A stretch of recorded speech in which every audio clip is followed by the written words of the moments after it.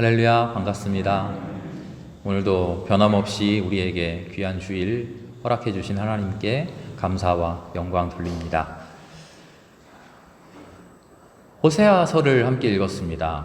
호세아서 1장을 보면 다른 예언서들도 비슷한데요, 어느 시절에 활동했는지가 나와 있습니다. 이스라엘 여로보암 왕 때, 유다 왕 우시야, 요담, 아하스, 히스기야 때 활약한 예언자라고 호세아 1장 1절에 그렇게 나옵니다. 정확하게는 그 연대가 조금 엇나가기는 합니다. 유다 왕의 그 내용이 이스라엘 왕과 동시대가 아니고 살짝 그 후대 왕의 이름을 적고 있어요. 그렇지만 여러 가지 연구에 의하면 호세아는 북왕국 이스라엘 여로보암 2세 때의 왕, 선지자라는 것이 정설입니다. 이때가 언제냐면 우리가 잘 알고 있듯이 북왕국 이스라엘이 아시리아에게 멸망당하죠. 멸망당하기 몇 세대 전입니다. 이제 불과 몇십 년만 있으면 아시리아에 의해서 북왕국이 멸망당하게 됩니다. 우리는 이미 그 과거의 역사를 알고 있으니까 이렇게 말합니다만, 당시 이스라엘 사람들, 불과 5년, 10년 후에 미래를 내다보지 못했던 그 사람들은 이제 우리나라가 아시리아라고 하는 강대국에 의해서 곧 멸망당할 거야, 이런 마음을 가지고 살지 않았겠죠. 어떤 마음이었을까요? 그 사람들은 역사의 위기를 준비하기보다는 오히려 현실의 풍족함에 행복해하는, 마냥 들떠있던 그런 사람들입니다. 여로보암 2세 어떤 왕으로 기억되십니까? 잘 모르겠죠. 우리 이스라엘의 왕 하면 누가 제일 먼저 떠오르죠? 다윗과 솔로몬. 그렇죠? 다윗과 솔로몬. 제가 퀴즈 하나 드립니다. 다윗과 솔로몬 말고 이스라엘의 최고 전성기가 언제일까요? 이스라엘의 최고 전성기. 딱 떠오르지 않죠. 왜냐하면 제가 다윗과 솔로몬 제외하고 해버리니까요. 전성기가 언제입니까? 그러면 솔로몬 왕 때입니다, 이렇게 대답을 하셔야 되는데 다윗과 솔로몬을 먼저 빼버리니까. 성경을 읽어보면 언제 이스라엘이, 유다가 제일 부강하고 잘 살았다 이런 얘기가 나오지 않습니다. 열왕기, 역대기 읽어봐도요 그런 얘기 없어요. 왜냐하면 열왕기와 역대기는 우리가 세상을 보는 것과는 전혀 다른 관점으로 쓰고 있기 때문이죠. 성경을 보면 어떤 이야기가 계속 나옵니까? 누가 다스렸는데, 이스라엘을 언제 다스렸는데 그는 하나님이 보시기에 착한 왕이었다, 혹은 그는 하나님이 보시기에 악한 왕이었다. 자, 이런 문구는 기억이 나시죠? 익숙하시죠? 성경은 왕을 평가할 때, 그 시대를 평가할 때 얼마나 잘 살았는지, 얼마나 부강했는지 그거를 보지 않습니다. 하나님 앞에 얼마나 진실했는지, 얼마나 하나님의 말씀대로 나라를 다스렸는지, 하나님의 말씀대로 살았는지를 보는 거죠. 열왕기하 14장에 여로보암 이야기가 나옵니다. 떠들러 보면요, 여로보암 왕은 그 어떤 왕보다도 나쁜 왕이었다, 이렇게 나오죠. 그래서 우리는 성경을 읽으면서 계속 훌륭한 왕들도 나옵니다만 대부분이 하나님 보시기에 악한 왕들이잖아요. 아유, 이놈도 나쁜 왕이었네, 이놈도 나쁜 왕이었네 하면서 넘어가다가 여로보암도 비슷하게 넘어가죠. 그런데 역사를 연구하는 사람들이 주변 나라의 여러 가지 문서들, 자료들을 연구해 보니까요, 여로보암 왕, 이 여로보암 왕은 솔로몬 이후에 여로보암과 르호보암이 북왕국과 남왕국으로 갈라지잖아요. 그때의 왕과 이름이 똑같아요. 그래서 이때 왕을 구분하려고 여로보암 2세라고 부릅니다. 여로보암 2세, 이 시기에 연구를 해봤더니요, 북왕국 이스라엘의 역사상 가장 부강하고 가장 번성했던 시대라고 말합니다. 성경에도 그 흔적이 나와요. 열왕기하 14장을 보면 악한 왕이었다라고는 말했지만 하마더기에서 아라바 바다까지, 다마스커스까지 영토를 다 넓혔다, 전쟁에 능했다, 그런 이야기가 기록이 돼 있어요. 악하기는 했지만 그 업적이 너무나 뛰어나니까 성경도 그거를 완전히 빼먹을 수는 없었죠. 전쟁도 잘해서 영토도 크게 넓힙니다. 경제적으로 부유한 나라가 됩니다. 주변의 다른 나라들도 이스라엘을 작은 나라라고 무시하지 않고 그 힘을 인정해주는 때가 바로 여로보암 2세 때입니다. 바로 이런 시절, 호시절, 이때 호세아가 등장해서 회복을 이야기하고 용서를 이야기합니다. 뭐를 이야기한다고요? 회복을 이야기하고 용서를 이야기합니다. 회복과 용서.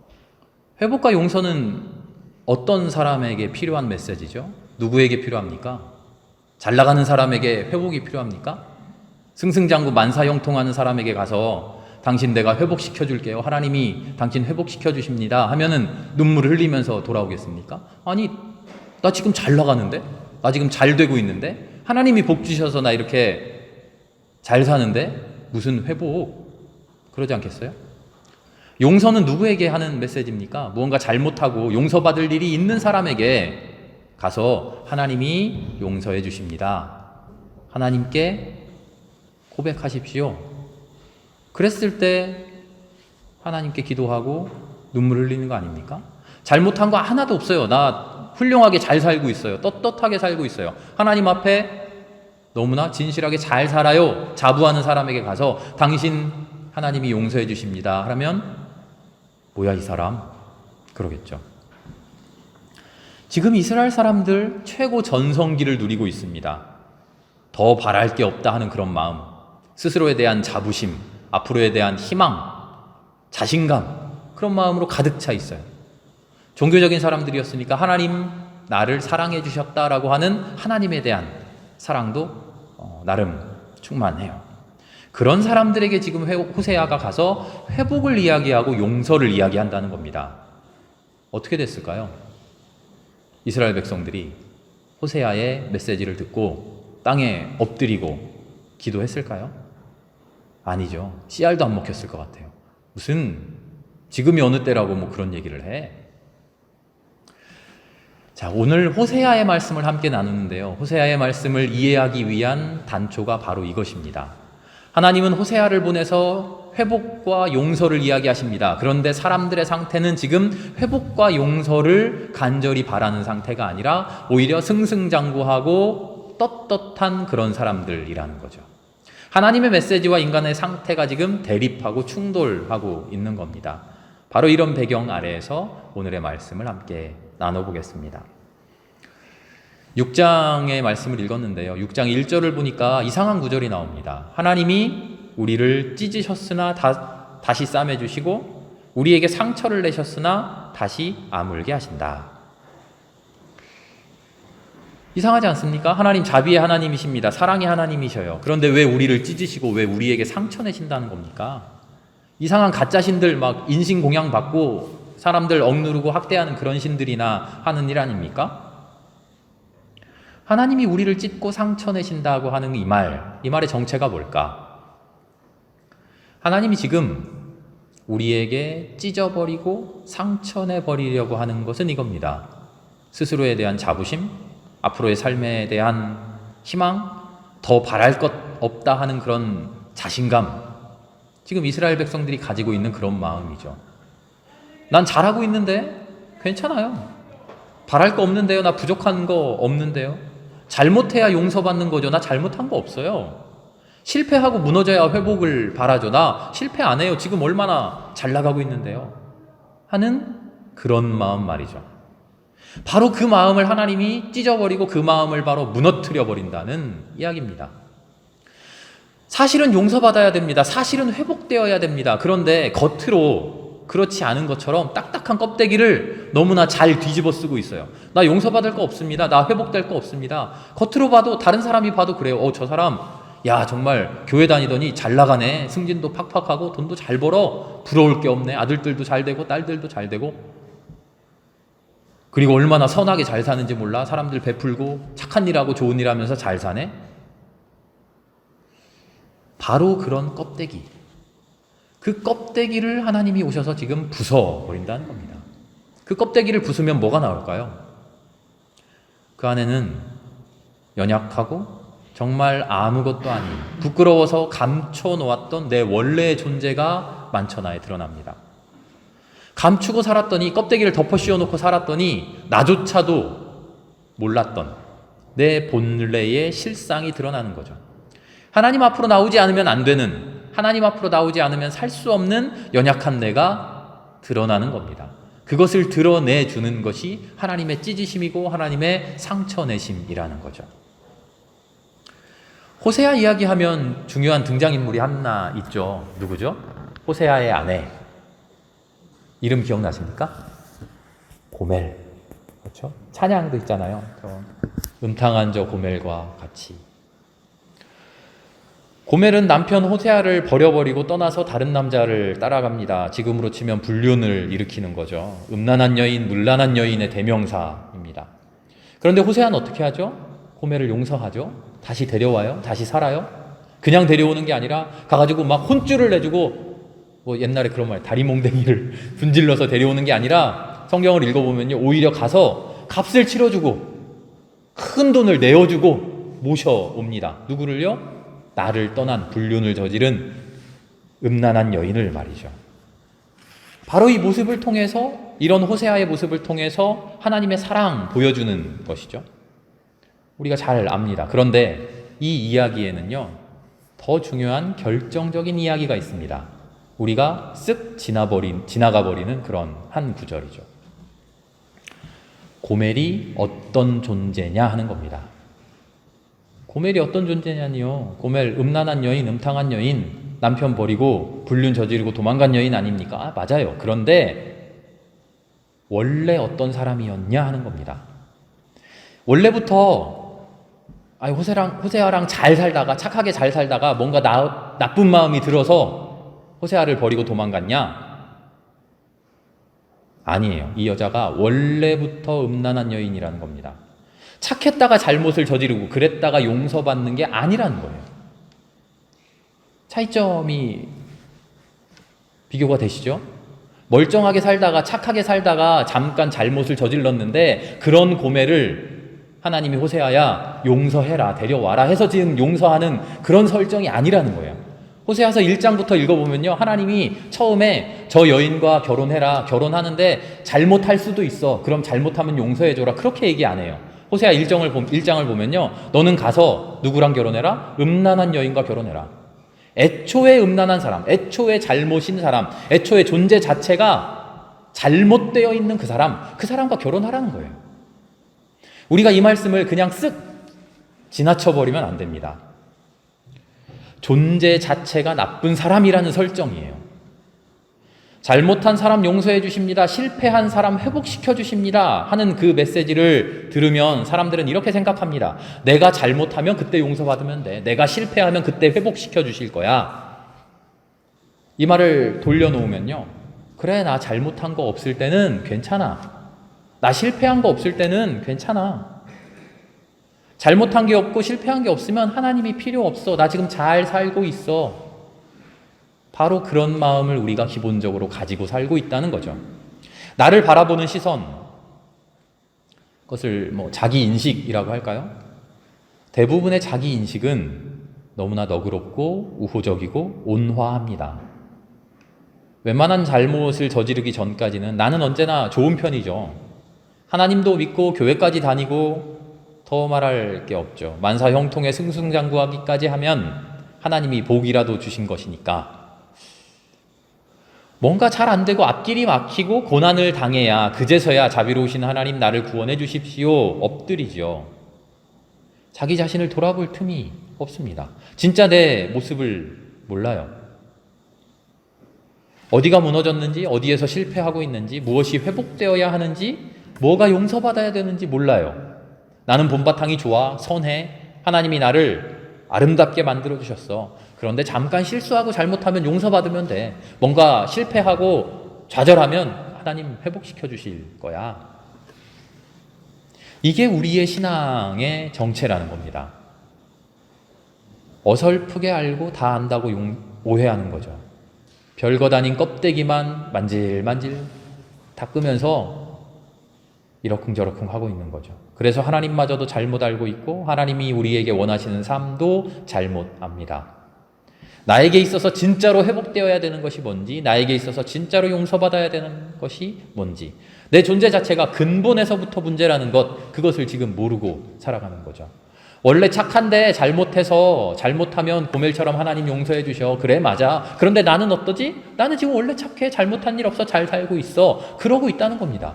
고멜을 통해서, 호세아를 통해서 하나님이 해주시는 말씀은 그런 이야기가 아니에요. 지금 무슨 잘못을 저질렀느냐, 지금 실패했느냐, 지금 성공했느냐, 그 이야기가 아니라 너는 고멜처럼 원래부터가 잘못된 존재다.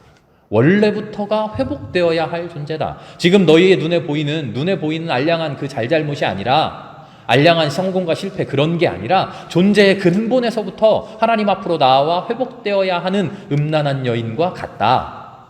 하나님이 호세아를 통해서, 고멜을 통해서 상징적으로 해주시는 말씀이 이거라는 겁니다. 하나님이 말씀하십니다. 그래서 너는 깨져야 된다. 너 찢어져야 된다. 상처 입어야 된다. 너의 존재 자체가 찢어지고 너의 존재 자체가 깨져버리는 게 아니라 그 존재를 덮고 있는 너의 잘못된 생각, 너의 잘못된 신앙, 그것을 깨뜨려야 된다. 나는 본래는 아무 문제 없어 하는 그 마음 가지고 살면, 그런 밑바탕으로 살면 회복이라고 하는 비전, 회복에 대한 소망, 목표점이 내가 괜찮아 생각하는 그 껍데기, 거기가 나의 목표점이 된다는 거죠. 그 껍데기로 다시 돌아가면 오케이? 아니라는 거예요. 그 모습 딱 거기까지만 회복하고 살 거냐? 아니죠. 나는 회복시키는 하나님이다. 그런데 너희들이 원하는 대로, 너희들의 욕심대로 딱 그 껍데기만 반질반질하게 회복시키는 게 아니라 진짜 모습으로 회복시킨다. 태초에 하나님의 형상으로 회복시킨다. 그 원래의 형상을 소망해라. 그래서 오늘 6장 3절을 보니까요, 호세아를 통해서 너희들 회개해라 말씀하시지 않습니다. 뭐라고 말씀하시죠? 하나님을 알아라. 애써 알아라. 하나님 회개해라 말씀했더니 나 회개할 것 없습니다 하고 있어요. 그래서 그 사람들에게 회개해라 말씀하는 게 아니라 하나님을 알아라. 처음부터 제대로 알아라. 하나님이 누군지, 하나님의 정의가 뭔지, 하나님의 창조가 뭔지, 그렇게 창조된 나의 존재가 뭔지 제대로 알아라. 애써 알아라. 하나님을 알기 위해 우리는 어떻게 해야 됩니까? 우리가 모른다는 것부터 고백해야 됩니다. 나는 하나님 모릅니다. 안다고 알아보려고 했는데 잘 모르겠습니다. 내 힘으로 알 수 없습니다. 알려주십시오. 그러면 하나님이 응답하신다는 겁니다. 어떻게 해요? 하나님 마음대로 하고 싶으면 하고 안 하면 밀어놓고, 그렇게가 아니라 새벽마다 여명이 오듯이, 반드시 날이 밝아오듯이, 때가 되면 어김없이 가을비처럼 봄비처럼 하나님 그렇게 응답해 주신다는 거예요. 그렇게 오셔서 우리를 일으켜 세워주신다는 거예요. 형통하고 승승장구하라고, 세상에서 잘난 그런 사람들 우러러보는 그런 성공하라고 일으켜 세워주시는 게 아니라 원래부터 존재 자체가 하나님 앞에 바로 설 수 없었던, 하나님과 마주볼 수 없었던 그를 하나님 앞에 음란했던 우리의 존재를 하나님 앞에 떳떳하고 깨끗하고 순결한 존재로 그렇게 세워주신다는 겁니다. 하나님 알고 싶습니다 라고 말하면 하나님이 나를 알려주신다는 거예요. 하나님을 알고 싶습니다 라고 기도하면 하나님이 나를 알려주신다는 거예요. 그게 하나님의 지혜이고 그게 하나님의 회복의 정체죠. 우리는 그렇게 회복되어야 됩니다. 세상에서의 성공과 실패에서 회복되는 게 아니라, 내 마음의 실망이나 좌절, 그런 것에서 회복되는 게 아니라, 그런 차원의 위로와 용서가 아니라 하나님 앞에서 원래부터 악한 존재였던 우리가 하나님의 무한하신 자비에 의해서 하나님과 마주보며 설 수 있도록 감히 하나님이 우리를 인정해 주셨다고 하는 그런 회복 말이죠. 바로 그 회복을 소망해야 됩니다. 나는 원래 괜찮았는데 지금 잠깐 잘못됐으니 회복시켜 주세요 하는 그런 회복이 아닙니다. 나는 착하게 살았는데 지금 잘못한 일 있으니 용서해 주세요. 그런 용서 아니죠. 나는 본래부터 잘못되었는데 하나님 그 본래의 모습을 회복시켜 주세요. 물론 이 말씀은요, 신학적으로는 잘못된 말씀입니다. 신학적으로는 오류예요. 명백히 잘못입니다. 하나님은 본래부터 우리를 어떻게 지으셨죠? 선하게 지으셨습니다. 잘못되게 짓지 않으셨어요. 제가 우리의 존재는 근본에서부터 잘못입니다 라고 말하면 신학자들이 그렇게 말하면 안 되는데 그래요. 저 잘못 얘기한 거예요. 그런데요, 그것은요, 신학적으로 이야기할 때 그렇고요. 우리의 신앙생활에서는 신앙으로 지녀야 할 올바른 태도는 하나님, 나는 본래부터 하나님 앞에 아무것도 아닌 죄인이었군요 하는 바로 그런 고백이죠. 그런데 나를 하나님이 회복시켜 주시는군요. 그런데 나를 하나님이 용서해 주시는군요. 그 과정을 거쳐서 하나님, 나는 원래부터 아름다운 존재였군요. 그런 고백으로 나아가야 되는 거죠. 그런데 그 과정이 생략된 채, 그런 경험을 하지 못한 채, 그런 체험을 하지 못한 채, 그런 뜨거운 눈물 쏟아내지 못한 채, 하나님, 나는 하나님 앞에서 떳떳한 존재입니다. 아무런 잘못 없이 잘 살고 있습니다. 성공하고 승승장구하고 있습니다. 그렇게만 살면 안 된다는 거죠. 오늘 우리는 귀한 주일을 맞아서 하나님께 예배 드립니다. 이 예배의 시간, 바로 이 시간이 우리에게 가장 귀한 회복의 시간입니다. 그 회복의 시간의 출발을 주님, 나는 죄인입니다. 하나님 앞에 떳떳할 것 없는 그런 존재입니다 하는 깨달음으로 출발해야 됩니다. 이 예배를 통해 하나님께서 우리에게 내미시는 그 손길, 그 구원의 손길을 우리가 어떤 깨달음과 어떤 결단으로 마주 잡느냐, 그것이 우리의 회복을 결정짓습니다. 우리의 능력으로 회복한다는 게 아닙니다. 우리의 능력으로 구원받는다는 게 아닙니다. 우리의 마음가짐이, 하나님을 향한 마음가짐이, 하나님을 대하는 마음가짐이 어떻게 설정되어 있느냐에 따라서 하나님이 우리에게 건네는 구원이 우리에게 다가오느냐 아니면 우리를 스쳐 지나가느냐 하는 것이죠. 물론 그렇게 지나간 구원은 다시 끊임없이 나를 향하여 되돌아오고 있지만 말입니다. 큰 값을 내주고 고멜을 다시 데려온 호세아가 고멜에게 이렇게 이야기합니다. 호세아 3장 3절인데요. 당신은 많은 날을 나와 함께 살면서 창녀가 되지도 말고 다른 남자와 관계를 맺지도 말고 나를 기다리시오. 그동안 나도 당신을 기다리겠소. 나를 기다려라. 나도 기다린다. 나를 기다려라. 나도 기다린다. 우리 함께 서로를 기다리자. 데려온 것으로 끝나지 않았어요. 고멜과 같은 우리에게 하나님이 해주시는 말씀이 나를 기다려라. 나도 너를 기다리고 있다. 하나님과 우리의 관계가 바로 이런 기다림이 될 수 있기를 바랍니다. 나는 온전히 하나님께 구원받아서 나는 온전히 회복될 것 없이 나는 지금 선한 상태요, 온전한 상태요. 그런 교만한 껍데기를 뒤집어 쓰고 살아가는 우리가 아니라 나는 원래부터 본래부터 주님 앞에 머리 들 것 없는 음란한 존재요, 잘못된 존재요, 부족한 존재요. 그러나 그런 우리를 하나님 데려놓으시고 손 내미시며 기다리시고 계시는구나. 나를 기다려라. 너도 나를 기다려라. 나는 너를 언제까지나 기다리겠다 약속하고 계시구나. 그 약속을 위해 내가 회복되어야 하고 그것을 소망해야 되고 그 용서를 위해 살아야 되는구나. 우리를 향한 하나님의 사랑, 하나님을 향한 우리의 사랑, 그 사랑의 기다림, 그 기다림이 하나가 될 때 비로소 하나님 계획하신 구원이 우리의 삶 속에서 아름답게 완성될 줄 믿습니다. 그 완성을 위해 우리의 삶을 고백하고 하나님 앞에 엎드려져서 온전히 회복되기를 소망하는 저와 여러분 모두가 될 수 있기를 기도합니다.